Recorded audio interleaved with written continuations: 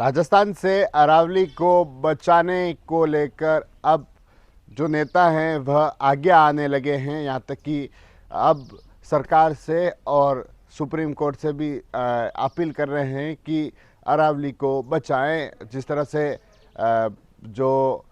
एक अरावली को बचाने को लेकर एक आगाज है जो राजस्थान में देखने को मिल रहा है। अरावली बचाओ जो मुहिम है वह राजस्थान में लगातार देखने को मिल रही है और उसको लेकर पहले अशोक गहलोत आगे आए थे, उसके बाद टीकाराम जूली ने अरावली बचाने को लेकर अपील की है, रविंद्र सिंह भाटी ने उसको लेकर अपील की है और कहा है कि जिस तरह से एक परिभाषा दी गई है कि 100 मीटर से ऊपर है वह पहाड़ वही अरावली कहलाएंगे, तो फिर राजस्थान का क्या होगा।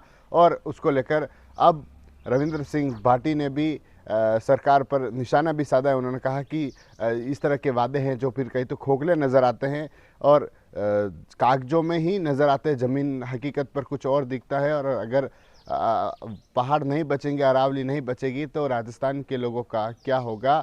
और रविंद्र सिंह भाटी ने भी सरकार से अपील की है कि अरावली को बचाए और फिर से इस पर विचार करे और एक अपना जो पक्ष है फिर से अरावली को बचाने के लिए रखे। तो दूसरी तरफ जो नेता प्रतिपक्ष टीकाराम जूली है, जिन्होंने भी एक केंद्र सरकार पर निशाना साधा है, यहाँ तक कि जो वन मंत्री हैं, जो अलवर से सांसद हैं, उन पर निशाना साधा है। उन्होंने कहा कि वन मंत्री राजस्थान से आते हैं लेकिन वे राजस्थान को इस तरह से करने की कोशिश कर रहे हैं क्योंकि सबसे अधिक जो अरावली हैं वह राजस्थान में हैं। और अगर जो थार की जो गर्माहट है अगर वो उसको देखना है तो फिर अरावली बिल्कुल ख़त्म हो जाएगी, तो क्या हालात होंगे। और कहीं कहीं उन्होंने भी निशाना साधा है। उन्होंने केंद्र सरकार से भी अपील की है, मांग की है कि अरावली को बचाने के लिए आगे आए और जो याचिका है वह उसके लिए दायर करे कि केंद्र सरकार बचाना चाहती है, अरावली को बचाना चाहती है। और अब कहीं न कहीं अरावली को बचाने के लिए एक राजस्थान में आवाज़ है जो ज़ोरों से उठने लगी है। दूसरी तरफ जिलों भर में भी जो प्रदर्शन है वह होने लगे हैं।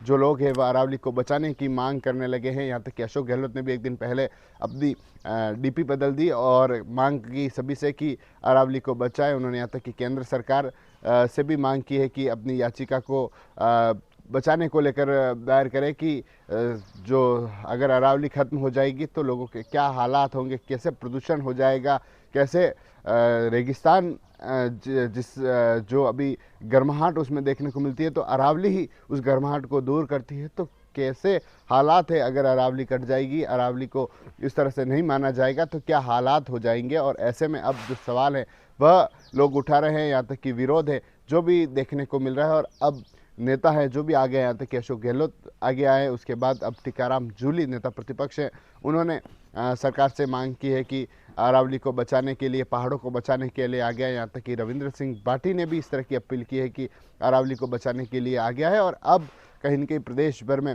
अरावली को बचाने के लिए, क्योंकि राजस्थान में ऐसी पहाड़ियाँ हैं और 90% ऐसी पहाड़ियाँ हैं जो 100 मीटर से कम हैं, तो कहीं न कहीं उसको लेकर अब आवाज़ें हैं जो उठने लगी है। एक नई परिभाषा जो पहाड़ों को लेकर दी गई उसका विरोध है जो अब प्रदेश भर में देखने को मिल रहा है। TV9 के लिए राजेश डांगी।